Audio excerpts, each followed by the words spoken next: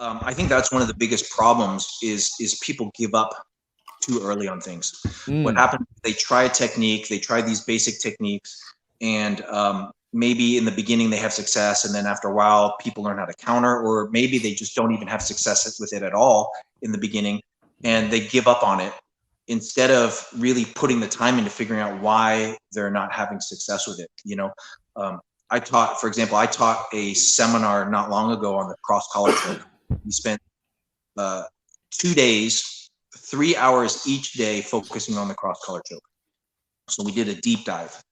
But before I taught it, I asked the room, there was like 20 something guys in the room, probably about 6 or 7 black belts. How many of you guys feel that the cross collar choke is a reliable tool for you? No one had their hand raised. And if you think about it, the cross collar choke, if you look at Hickson, it's one of his most effective tools. Look at Hodger, it's one of his most effective tools. It's Salo, Rafael Lovato, like these guys are, multiple time champions.